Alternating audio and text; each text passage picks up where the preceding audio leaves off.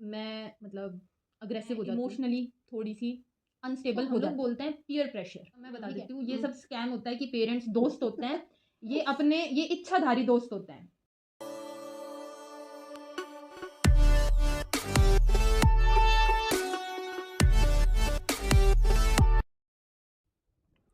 Parenting एक ऐसी चीज़ है कि इस धरती पर जितने भी लोग अभी तक हुए हैं उनमें से किसी को नहीं पता कि उसका बेस्ट तरीका क्या है। फिर भी हम वीडियो बना रहे हैं और आप देख रहे हो।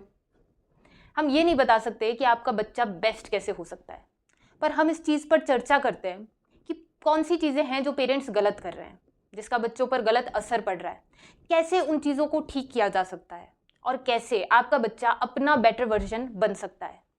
पिछली वीडियो में हमने चर्चा की थी 0 से 5 साल तक के बच्चों की, कैसे उनकी स्क्रीन हैबिट्स या उनकी स्लीप शेड्यूल, उनकी फूड हैबिट्स को ठीक किया जा सकता है।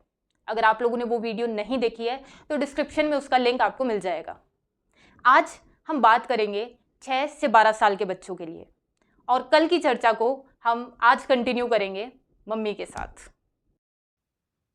इंटेलेक्चुअल युवा की पेरेंटिंग सीरीज के सेकंड एपिसोड में मम्मी आपका और आप सभी का मैं स्वागत करती हूँ। पिछली वीडियो में हमने बात की थी 0 से 5 साल के बच्चों की। आज मम्मी हम करने वाले हैं 6 से 12 साल के बच्चों की बात। तो एक्चुअल में 6 से 12 साल का जो बच्चा है उसकी लाइफ में कुछ चैलेंजेस होते हैं। हर एज में कुछ नए चैलेंजेस होते हैं। 6 से 12 साल का जो बच्चा है वो नया नया स्कूल जाने लगा है, उसके दोस्त बन रहे हैं, वो टीचर से इनपुट ले रहा है, मतलब स्कूल में भी सीख रहा है, घर पे भी सीख रहा है। और जब पेरेंट्स अपने बच्चे को दूसरे बच्चों के साथ देखते हैं तो उनके दिमाग में एक कंपैरिजन आता है, और हर पेरेंट चाहता है कि उनका बच्चा बेस्ट हो। तो इस पे आपकी क्या राय है? इसके लिए मैं सभी पेरेंट्स को एक टास्क देना चाहूँगी कि आप सभी 10 सेकंड के लिए अपने अंदर कोई 3 कमियां ढूंढें। तू भी ढूंढ अपने अंदर। मेरे पास 3 सेकंड में 10 कमियां हैं। ठीक है, तो हम ऐसा कर लेते हैं कि आप लोग वीडियो को पॉज कीजिए 10 सेकंड के लिए और अपना आंसर सोच के फिर आइए।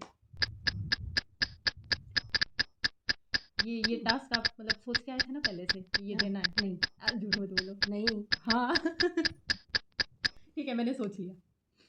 अच्छा, कौन सी 3 कमियां हैं? एक तो मैं मतलब अग्रेसिव हो जाती हूँ सोशल इश्यूज़ पे, पर्सनल इश्यूज़ पे मैं जल्दी अग्रेसिव नहीं होती। दूसरा कि मैं इमोशनली थोड़ी सी अनस्टेबल हो जाती हूँ। अभी कंट्रोल है, पर मतलब पहले बहुत ख़राब सिचुएशन थी, लेकिन अभी भी कई बार ऐसा होता है कि कंट्रोल नहीं कर पाती। और तीसरी ये है कि मेरे को जो चीज़ जिस टाइम पे चाहिए होती है, मेरे को मतलब मेरा काम तुरंत चाहिए, क्योंकि मैं लोगों का तुरंत कर देती हूँ, तो मैं एक्सपेक्ट करती हूँ कि सामने वाला भी तुरंत करे। जो तेरे अंदर जो तूने अपनी 3 कमियां गिनाई है उनमें से एक मेरे अंदर भी है। वो इमोशंस वाली। तो जो आपके अंदर भी 3 कमियां आपने ढूंढ ली होगी, तो उनमें से एक कमी आपके बच्चे में भी होगी। जब आप 30-40 साल के हो तो आप ये कैसे सोच सकते हो कि आपका बच्चा बिल्कुल बेस्ट होगा, कि वो खेल में भी बेस्ट हो, पढ़ाई में भी बेस्ट हो, कि उसके एग्जाम में 1 मार्क्स भी ना कटे, संस्कार भी उसमें पूरे हो? ऐसा तो नहीं हो सकता। मैं एक एग्जांपल हाँ, देती हूँ कि हर पेड़ होता है वो अलग होता है। बिल्कुल आप सही। ये उम्मीद नहीं कर सकते कि भाई एक पेड़ उगा दो, उस पेड़ के अंदर केला भी लगे, आम भी लगे, सेब भी लगे, अमरूद भी लगे। ये पॉसिबल नहीं है। बिल्कुल ठीक है, ठीक। तो हर पेड़ अलग है। और आम के पेड़ को खरबूज के पेड़ से कंपेयर करना, या आम के पेड़ को नारियल के पेड़ से कि यार इसके वाला तो ज़्यादा लंबा है, हमारा तो छोटा रह गया, वो कह रहे हैं कि यार हमारे वाला लंबा हो गया तो क्या फल ऊपर जाके लग रहा है, तुम्हारे पास फल की तो रीच है, तुम्हारा फल मीठा, तो वो कंपैरिजन एंडलेस है, वो कंपैरिजन होना ही नहीं चाहिए। और हम बच्चे को कुछ भी बनाना क्यों चाहते हैं? कुछ भी, मेरे को ऐसा लगता है कि अप्रोच ही गलत है आप लोगों की, आपकी जनरेशन की। क्यों बनाना है बच्चे को कुछ? बच्चे को अपने आप ग्रो करने दो, और वो अपने आप सीख जाता है चीज़ें, वो अपने आप अपना बेस्ट वर्जन बन जाता है। बिल्कुल सही बात है। और आपको क्या लगता है कि मतलब पेरेंट्स की क्या मेन प्रॉब्लम होती हैं इस एज ग्रुप के बच्चों के लिए? पेरेंट्स की सबसे बड़ी जो प्रॉब्लम होती है बच्चों को लेके, वो है कि बच्चे जिद करते हैं, कहना नहीं मानते। एक मिनट, मैं आपसे ये पूछना चाहूँगी इस चीज़ पे कि आपको क्या हुआ? तूने तो कहा था बीच में टोकना नहीं है। वो पिछली वीडियो में आपने हाँ, हाँ। मेरी जितनी बातें काटी थी ना, ये उसका हिसाब है। अच्छा, ठीक है, बच्चे ऐसे हिसाब रखते हैं। अगर कैमरा ऑन नहीं होता तो लड़ाई हो गई होती यहाँ पे। कैमरा ऑन है मम्मी। ठीक है। चल, पेरेंटिंग यहाँ भी मतलब सीखी जा रही है रोज। यहाँ भी परफेक्ट कुछ नहीं है। मैं तो कहती हूँ बच्चों से, जो ट्यूशन पे बच्चे आते हैं उनसे भी कहती हूँ कि बेटा ये नहीं कि आप लोग मेरे से सीख रहे हो, मैं भी आपसे उतना ही सीखती हूँ। तो मैंने तुम्हारे से भी बहुत कुछ सीखा है। हाँ, हमने भी सीखा है, बस हम उम्र के साथ थोड़ा सा भूल गए। ठीक है, मैं ये पूछना चाह रही हूँ कि आपने ये कहा कि पेरेंट्स कहते हैं कि बच्चा जिद करता है। हाँ, आपके हिसाब से जिद करने का रीज़न क्या है? मतलब मेरे को ऐसा लगता है कि हमें पहले ये पता होना चाहिए कि प्रॉब्लम क्यों है, उसके बाद हम कोई प्रॉब्लम सॉल्व कर सकते हैं। तो बच्चा जिद करता क्यों है? सबसे पहले तो बच्चा जिद करता है अटेंशन के लिए, उसको अटेंशन चाहिए होती है। और क्या है कि बच्चे का हमने कोई चीज़, बच्चे ने हमसे डिमांड की और हमें लगा कि बच्चे के लिए ये चीज़ सही नहीं है और हमने उसको मना कर दिया कि नहीं बेटा ये तो नहीं मिलेगी। तो बच्चा उसकी जिद करेगा क्योंकि बच्चा तो बच्चा है। फिर उसके बाद क्या होता है कि मम्मी ने मना कर दिया, पापा आ गए, पापा ने कहा कि नहीं, कि मेरे बेटे को तो मैं ये दिलवाऊंगा और उसकी जिद पूरी कर दी। अब बच्चा तो माइंडेड है, बच्चा तो उसको पता चल गया कि अगर मम्मी ने मना किया है तो पापा के पास जाना है। हाँ, पापा मेरी बात मान लेगा। बच्चा फिर उसको दोबारा से चीज़ों की जिद करेगा। फिर उसमें अगर पापा ने मना कर दिया तो मम्मी हाँ मम्मी कर को देगी। मम्मी हाँ कर देगी। अगर मम्मी पापा दोनों ने मना कर दिया तो उनके घर में तो बच्चा माइंडेड है, उसको पता है उसकी हर चीज, हर डिमांड पूरी होगी, चाहे वो कोई भी करे। और उसको पता है उसके लिए एक छोटा सा खेल खेलना है कि उसको जिद करना है, थोड़े से मोटे मोटे आंसू लेके आने हैं अपने अंदर, और बच्चा फिर उसकी जिद पूरी हो गई तो वो उसकी आदत बन गई। सही बात है। एक मतलब ये चीज़ भी होती है कि बच्चे की जब जिद पूरी होती है तो वैल्यू कम हो जाती है। बिल्कुल सही बात है। मतलब उस चीज़ की भी और देने वाले की भी। मेरे को इसका एक पॉसिबल सोल्यूशन ये लगता है कि हमें बच्चों को पैसे देने चाहिए। आप लोगों ने हमें कभी पैसे नहीं दिए। हाँ, तुमने कभी भी जिद नहीं की। तो मम्मी हमने जो जिद नहीं की ना, उसका रीज़न ये नहीं था कि मतलब हम कोई समझदार बच्चे थे। उसका रीज़न ये था कि हमें फैमिली सिचुएशन पता थी। हमें पता था कि नाजायज़ जिद नहीं करनी है। ठीक है, वो एक रीज़न था हमारा। तो सारी फैमिलीज़ को हम उसके अंदर नहीं ले सकते। मैं ये कह रही हूँ कि आप लोगों ने काफ़ी टाइम तक हमें पैसे नहीं दिए। ठीक है, अब भी हमारे पास क्या होता है कि किसी ने पैसे दिए तो हम आपको दे देते हैं। सही है, या फिर ठीक है। लेते ही नहीं हो। हाँ, लेते ही नहीं है, मतलब पहला तो यही होता है कि लेते नहीं है। लेकिन मुझे ऐसा लगता है कि हमें बच्चों को 6 साल 5 साल इस उम्र से पैसे देने शुरू करने चाहिए। अब बहुत लोग डिसएग्री कर सकते हैं, पर इसके पीछे ना एक रीज़न है। आप अपने बच्चे को हर महीने 50 रुपए या 100 रुपए दोगे। ठीक है, वो उसके परफॉर्मेंस या उसके बिहेवियर के बेसिस पे आप दोगे। और बच्चा अगर किसी भी चीज़ की ज़िद करता है तो उसको बताओ कि ये चीज़ इतने रुपए की है और तुम्हारे पास इतने पैसे हैं। तुम चाहो तो इस चीज़ को आज खरीद सकते हो, या फिर तुम ये पैसे जोड़ के इससे कोई बढ़िया चीज़ ले सकते हो। वो बच्चा अपने दिमाग में खुद ही ये मैथ कर लेगा कि मुझे कौन सी चीज़ लेनी है और कौन सी रिजेक्ट करनी है। सही है। दूसरी चीज़, बच्चा बचपन से मनी मैनेजमेंट सीखेगा। बच्चे को पैसे की वैल्यू होगी। और जो रिश्तेदार आके पैसे दे रहे हैं, रिश्तेदारों को एक तो मना कर दो, या फिर जो रिश्तेदार पैसे दे रहे हैं वो पैसे बच्चों को मत दो। वो तो बल्क में उनके पास धन दौलत आ जाती है। ठीक है, वो अच्छी नहीं है, वो बिहेवियर के बेसिस पे हो। एक मैं आपकी बात से डिसएग्री करती हूँ कि बच्चा जिद इसलिए करता है क्योंकि उसको अटेंशन चाहिए। आज के जो बच्चे हैं, मतलब आपके टाइम की बात अलग थी, आज के बच्चों की एक और प्रॉब्लम है। आज का बच्चा जब बाहर जा रहा है तो वो एक ग्रुप के अंदर है, उसका मतलब दोस्तों का एक ग्रुप है। ग्रुप में सबके पास साइकिल है, उस एक के पास नहीं है। तो वो ग्रुप उसको बहुत अलग फील कराएगा, उस बच्चे को बहुत बुरा लगता है, बहुत लेफ्ट आउट फील होता है। इसको हम लोग बोलते हैं पीयर प्रेशर। ठीक है, तो मतलब आसपास के जो लोग हैं, जो आपके हम उम्र हैं, उनकी बातों का, उनके साथ फिट होने का जो प्रेशर होता है वो पीयर प्रेशर होता है। बच्चे के अंदर वो चीज़ आ जाती है कि इन सब के पास है, मेरे पास क्यों नहीं है। हाँ, ये तो है। ये बच्चे को ये फीलिंग ना उस एज में बहुत ज़्यादा परेशान करती है, और क्योंकि बच्चा उतना मैच्योर नहीं होता चीज़ें समझने के लिए कि सबकी फैमिलीज अलग हैं, सबका इकोनॉमिक बैकग्राउंड अलग है। तो इस पे मतलब आपको क्या लगता है कि बच्चे को उस पीयर प्रेशर का इफेक्ट उसके दिमाग पे ना पड़े, वो कैसे इन चीज़ों से बचे कि उसके पास है तो मेरे पास भी होनी चाहिए। इस चीज़ का क्या सोल्यूशन हो सकता है, पेरेंट्स क्या कर सकते हैं इसमें? सबसे पहले तो बच्चों से, पेरेंट्स को चाहिए कि वो बच्चों से दोस्ती करे। ये सब लोग बोलते हैं दोस्ती करे, पर हाँ। वो पता है क्या होता है आप लोगों का, मैं बता देती हूँ। ये सब स्कैम होता है कि पेरेंट्स दोस्त होते हैं, ये इच्छाधारी दोस्त होते हैं। ठीक है, इनका जब मन करता है ये आपके दोस्त बन के आपसे सब कुछ पूछ लेंगे, और जब इनको कुछ ऐसा आपत्तिजनक इन्फॉर्मेशन मिली तो ये कन्वर्ट हो जाता है एकदम से पेरेंट में। तो इस स्कैम में बिल्कुल ना पड़े। दोस्ती का मतलब ये नहीं है कि आप उनसे सारी इन्फॉर्मेशन लो या फिर आप उन पे नज़र रखो और ये पूछो कि बेटा कहाँ गया था, और जहाँ लगे कि हमारा बच्चा इस चीज़ में गलत है और उसको डांटना शुरू कर दो। ये करते तो लोग यही हैं मम्मी यार। दोस्ती का मतलब है कि आप बच्चों के साथ बच्चों की तरह से बन के रहो। आपका बेस्ट फ्रेंड कौन है? मुझे पता था, वो मुझे बस अपना नाराज नाम हो सुनना जाएगी। था, अपनी तारीफ सुननी थी। अब वो आप दोनों का पर्सनल है, मैं बीच में नहीं पड़ती। तू मेरी बेस्ट फ्रेंड है ले। चल तब तू ही बता कैसे फ्रेंड बनना चाहिए बच्चों का। बच्चों का फ्रेंड बनने के लिए बच्चे के लेवल पे आओ, हाँ, यही बात मैंने बोला। पर गिव एंड टेक होना चाहिए। ऐसे नहीं कि मेरे से सब कुछ पूछ लिया, अपना कुछ बताया ही नहीं। सारी मत बताओ, बच्चे की एज के हिसाब से बताओ, पर उसको बताओ बेटा पता है आज मैं बहुत खुश हूँ, आज ऐसे हुआ। बच्चा आपको फिर सामने से आके बताएगा मम्मी मैं भी खुश हूँ, मेरे साथ आज ये हुआ।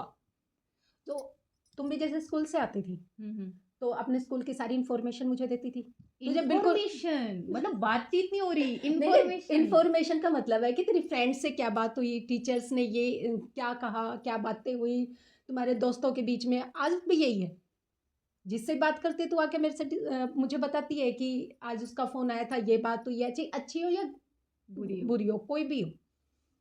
तो मैं भी अपनी जो सारी चीज़ें होती है, सारी बातें होती हैं, यहाँ तक कि तेरे पापा और मेरी क्या बात हुई वो भी मैं तुझे बता देती हूँ। तो एक बेस्ट फ्रेंड का क्या मतलब है? यही तो है कि अपने दिल की बातें बताना, ना कि उस पे नज़र वो रखना। पर्सनल बातें आपने तब बतानी शुरू की जब मैं बड़ी हो गई थी। हाँ, ये तो है। छोटे बच्चे के ऊपर अगर हम पर्सनल बातें बताएंगे तो उस पर अनावश्यक प्रेशर पड़ेगा, अच्छा तो वो टाइम से पहले बड़ा हो जाएगा। मेरे पास आप लोग ऐसे सोच रहे होगे कि माँ होने का मेरे पास एक्सपीरियंस नहीं है, पर मेरे पास ना एक्सपीरियंस है। क्योंकि दिशु को ना बहुत ज़्यादा, दिशु की मानते हो ना कि मैक्सिमम पेरेंटिंग मैंने की है। हाँ, ये तो मानती हूँ। है ना, तो उसी हिसाब से मैं बताती हूँ कि दिशु मेरी बेस्ट फ्रेंड है। ठीक है, मैं उसको अपनी सारी चीज़ें शेयर करती हूँ। और होता क्या है, जैसे आप भी शेयर करते हो, जब हम शेयर करते हैं ना तो सामने वाला इतना कंफर्टेबल होता है कि वो आपको अपनी बता पाए। मतलब मैंने अपनी गलतियां बता दी दिशु को कि बहन मेरे से ये हो गया, या आज मैंने ये कर दिया, मुझे नहीं करना चाहिए था। तो कल को वो सेम प्रॉब्लम वो उसमें आएगी ना, तो वो मेरे को बताएगी कि यार दीदी मेरे साथ भी सेम चीज़ हो रही है, मैंने भी आज ये कर दिया। बिल्कुल सही बात है। तो अब दो चीज़ें होती हैं, एक तो मैं अपने दोस्तों के साथ शेयर करूँ, दिशु अपने दोस्तों के साथ शेयर करे, वो उतने अच्छे से एडवाइस नहीं दे पाएंगे।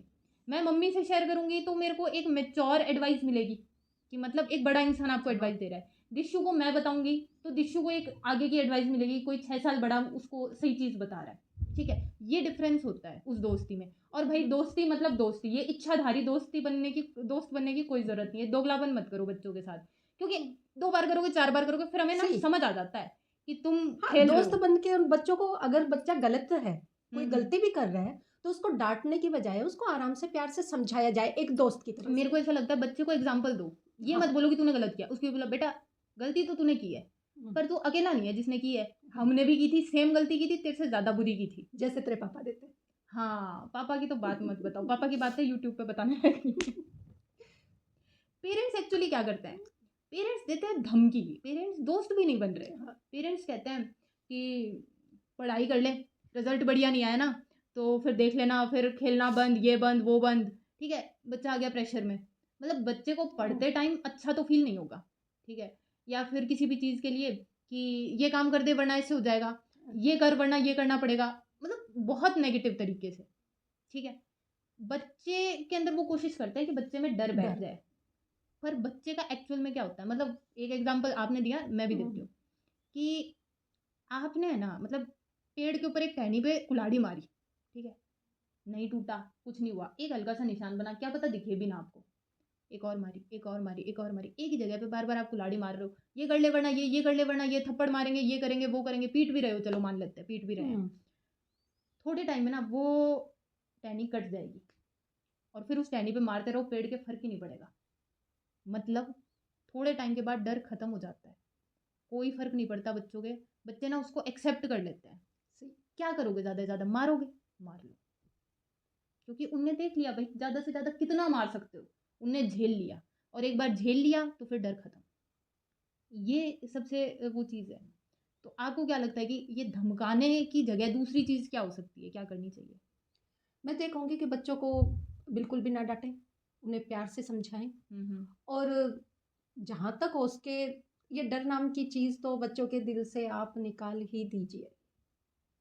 डर हम्म। ओवरऑल उनकी पर्सनल ग्रोथ के लिए भी अच्छा नहीं है ना। मतलब लाइफ में बच्चा हाँ। आपका डरना सीख रहा है तो वो लाइफ में आगे बढ़ेगा कैसे, डरता रहेगा तो। एक चीज़ मैं मतलब बीच में थोड़ी आउट ऑफ द टॉपिक है, पर मैं बताती हूँ कि जब हम पैदा होते हैं हम दो डर के साथ पैदा होते हैं। एक तो हार्श साउंड का डर होता है और एक हाइट का डर होता है। मतलब बहुत ज़ोर से बूम की आवाज़ आएगी, डर जाएंगे, ठीक है, या बहुत ऊंचाई पे होंगे, डर जाएंगे। बाकी जितने भी डर है ना, ये सिखाए हुए डर है और ये सोसाइटी के सिखाए हुए डर है। डर जिसके साथ हम जन्म लेते हैं वो सिर्फ ये दो ही होता है। तो मतलब आप क्या कर रहे हो, आप डरना भी सिखा रहे हो बच्चे को। बच्चा छोटा होता है तभी उसको अंधेरे से डराते हैं। हाँ, वहां मत जाओ। हाँ, बच्चे कि तो बहुत मतलब सांप दे दो, सांप से खेल लेंगे। खेल ले। तुम उसके दिमाग में डाल रहे हो कि नहीं ये ऐसे, ठीक है, आप उसको अवेयर करवा रहे हो, वो एक अलग चीज़ है। पर डराना क्यों है लाइफ से? आप पॉजिटिव रीज़न दे सकते हो काम करने का। कोई एग्जांपल है आपके पास, मतलब मेरी बात को जस्टिफाई करने? मेरे को याद नहीं आ रहा कि पॉजिटिव तरीके से कैसे काम करवाएं, पॉजिटिव रीज़न कैसे दें। पॉजिटिव रीज़न तो ये है कि बच्चे को हम डरा के नहीं, उसको प्यार से, जैसे भी हमें उनकी सभी पेरेंट्स की ये रहते हैं कि हमारा बच्चा पढ़ता नहीं है या कहना नहीं मानता, तो आराम प्यार से उनके साथ उनको बगैर डराए उनको आराम से ये करना चाहिए कि बेटा तुम ये खाना खा लो तो हम तुम्हारे लिए ये करेंगे, तुम ये पढ़ाई करो तो हम तुम्हारे लिए ये करेंगे। यानी कि उनको थोड़ा थोड़ा कुछ कॉम्प्लीमेंट्री ऐसा हाँ, कुछ मतलब देते रहो। आपने कहा कि कि बच्चा नंबर है। कम आए हाँ। तो तुम्हारा खेलना बंद। उसकी जगह आप ये भी कह सकते हो कि नंबर आए तो आधा घंटा खेलना फ्री। हाँ। फ्री तो नहीं होता, आधा घंटा फ्री एक्स्ट्रा। नहीं, जैसे कि बच्चे को आपको पता है कि आपके बच्चे की ज़रूरत क्या है। हम्म। ऐसा नहीं है कि बच्चे की कोई ज़रूरत ही नहीं होती, तो आप उनको ये कह सकते हो कि अगर तुमने ये चैप्टर याद करके मुझे शाम तक या नंबर्स के ऊपर ले लो कि भाई ये नंबर आए तो आपकी ये डिमांड पूरी हो जाएगी। नंबर तो पे मम्मी, नंबर पे नहीं, देखो नंबर का तो गेम ही खराब ये है। तो मैं सभी पेरेंट्स को भी कहती हूँ, मैंने कहा आप अपने बच्चों के नंबरों के पीछे मत भागो, आप ये देखो आपके बच्चे को कितना आता है। सही बात है।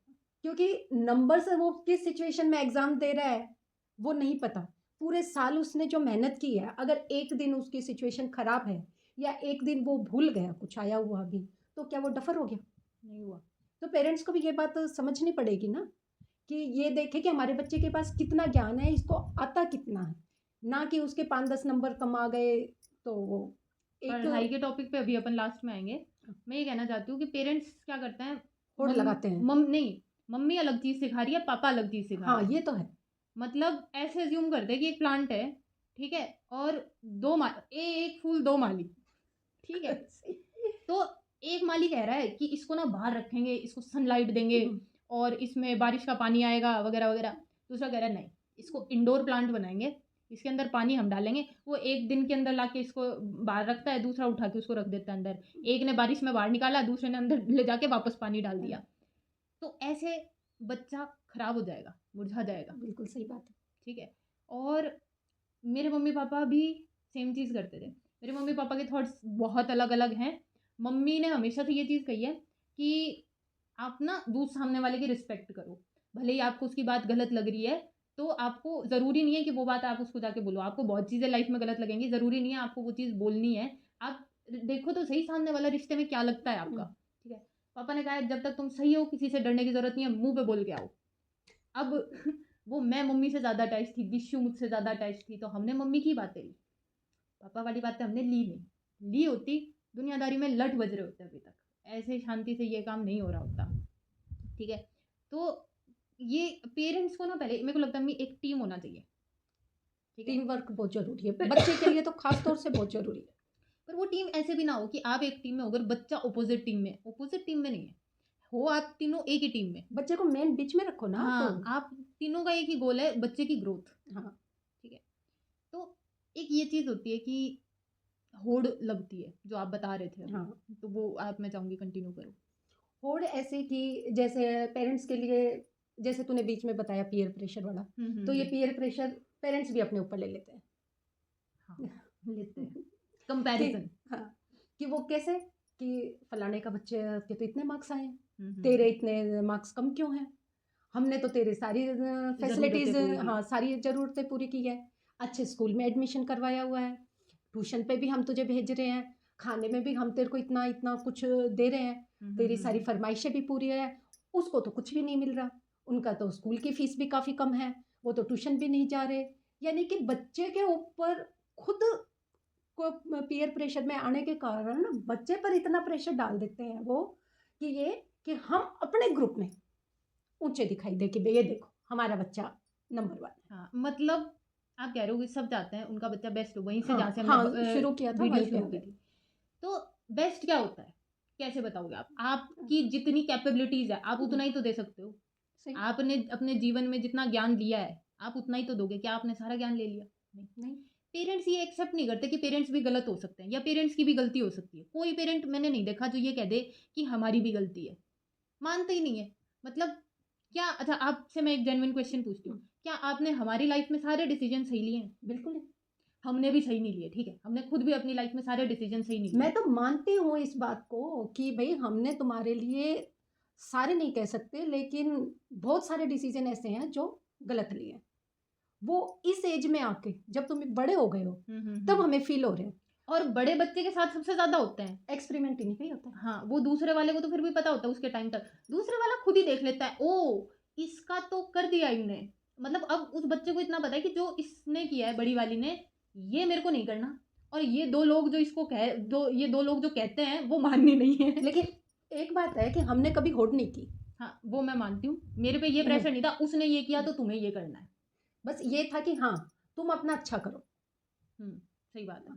पर मम्मी देखो टाइम ना चेंज होता है। आप लोग जब हमारी परवरिश कर रहे थे जिस एज में, उस एज में क्या आपको पता था कि यूट्यूब वगैरह ये सारी चीज़ें आ जाएँगी? बिल्कुल नहीं। अगर उस लॉजिक से चलते तो हमारी जनरेशन का तो कोई बच्चा यूट्यूबर होना ही नहीं था, है ना? अब हम अपने बच्चों को पालेंगे, हम एक माइंडसेट से पालेंगे कि चलो यूट्यूब है, ये है, इनमें से कुछ कर लेंगे।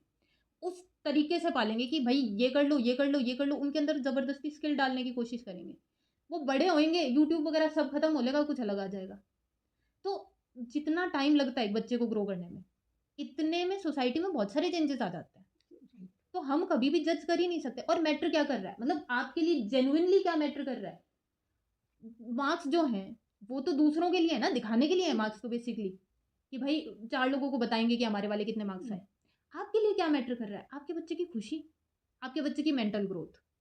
हमारा बच्चा दिमाग से खुले और हमारा बच्चा लाइफ में अच्छा करे और हमारा बच्चा लाइफ में खुश रहे, यही मैटर करता है। आप खुद बताओ और कोई चीज़ है जो आपके लिए इससे ज़्यादा मैटर करे हमारे केस में?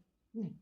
सोसाइटी मैटर करती है आपके लिए हमारे केस में, या हमारी मुझे खुशी मैटर करती है? मैं जिन चीज़ों से इनसे पहले डिसएग्री थी, आज के टाइम में मैं इनसे बिल्कुल तरह से एग्री हूँ। This is called power of इसके पापा भी। मैनिपुलेशन। मैंने इन दोनों का ब्रेन वॉश कर दिया है। तो मैं तो यही कहूँगी सभी पेरेंट्स से कि जो गलती हमने की है वो आप ना करें। अपने बच्चे पे पूरा ध्यान दें। ध्यान हमने भी दिया है, ऐसा नहीं है कि ध्यान नहीं दिया है या कोई इनके लिए, लेकिन कुछ छोटे-मोटे गलत डिसीज़न हुए हैं हमारे से। एक चीज़, एक एग्ज़ाम्पल रह गया मम्मी। मैं ऐसा चाहती हूँ कि बच्चों को ना कंट्रोल ना किया जाए। बच्चों को हाँ। ग्रो करने दो, वो जिस डायरेक्शन में जाना चाहे ना उनको जाने दो। मतलब अगर कोई पेड़ है, पेड़ की अगर कोई टहनी, मतलब पेड़ को हम ऐसे कंट्रोल नहीं करते ना कि ये टहनी इधर जानी चाहिए। वो जैसे ग्रो करता है वैसे ही ग्रो करता है। वो तभी एट द एंड घना और खूबसूरत पेड़ बनता है। हरा-भरा भी। मेरे को ऐसा लगता है कि एजुकेशन के लिए या मेंटल ग्रोथ के लिए इस एज में अगर आप चाहते हो कि आपका बच्चा पढ़ाई में अच्छा हो, तो उसके अंदर 2 चीज़ें डाल दो। पहली तो क्वेश्चन करने की आदत। उसको ये मत बताओ बेटा ये सही है, ये गलत है, नहीं। उसको बोलो बेटा जो भी चीज़ दिखे ना क्वेश्चन करो और खुद तर्क वितर्क करो उस चीज़ पे और फिर उसका जवाब ढूँढो, ठीक है? मतलब अगर हम कह रहे हैं कि ये बात ऐसे है तो मानो मत, उस पे क्वेश्चन करो। ये आदत लाइफ बदल देगी उनकी। मानिए आप मेरी बात, ठीक है?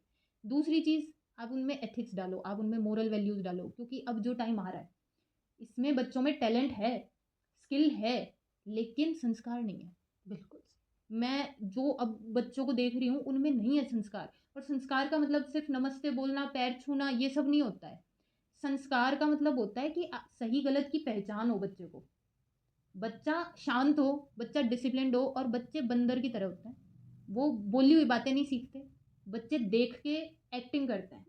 तो अगर पापा घर पे कह रहे हैं कि घर पे बैठ के हेलो मैं तो बाहर आया हुआ हूँ, मैं तो घर पे नहीं हूँ, घर जाके बात करूँगा, और फिर आप बच्चे को कह रहे हो बेटा सच बोला करो, तो बच्चा नहीं बोलेगा। बच्चा बोलेगा अरे यार ये जो कर रहे हैं ना ऐसा ही बन जाऊंगा एक दिन, ये जो कर रहे हैं वही करूँगा। बच्चे को तो ये लगेगा कि जो बच्चा तो भोला है, वो जैसे तूने अभी कहा कि बंदर है, तो बच्चे को ये नहीं सोचता कि ये सही, जो मेरे पेरेंट्स कर रहे हैं ये सही है या गलत है, बस वो दिमाग में उसको अपने अंदर ढाल लेता है। तूने देखा होगा कि ज़्यादातर बच्चे हैं ना, अपने पेरेंट्स की ही आदतें अपने अंदर पूरी तरीके से ढालते देखते हैं, हैं क्योंकि उनको ये बिल्कुल भी ज्ञान नहीं है कि क्या सही है क्या गलत है। पेरेंट्स भी जब तक बच्चा होता है ध्यान नहीं देते उस बात पे कि हमारा बच्चा हमारे से क्या ले रहा है, लेकिन जब वो थोड़ा सा बड़ा होता है, जैसे प्लांट, थोड़ा जैसे तूने अभी पौधे का, पेड़ का एग्जाम्पल दिया, प्लांट छोटा होता है, खूबसूरत लगता है, चाहे वो पतला हो, मोटा हो, कैसा भी हो, चाहे वो उसकी टहनियाँ इधर उधर जा रही हो, कुछ भी हो, सही खूबसूरत। बात है। लेकिन जैसे जैसे वो ग्रो करता है, बड़ा होता है, तो हमें प्लांट के अंदर भी चीज़ें ऐसे लगा कटाई कि छटाई कटाई करनी छटाई पड़ती है। करने की ज़रूरत होती है। ऐसे बच्चा जब बड़ा होता है तब हमें पता चलता है कि अरे हमारे बच्चे ने ये क्या ले लिया। फिर भी ज़्यादातर पेरेंट्स ये एक्सेप्ट नहीं करते कि ये चीज़ें हमारे अंदर से आई है। सही बात है। एक चीज़ पे हमने क्या इनको ये सिखाया था, हमने तो उनको ये नहीं सिखाया।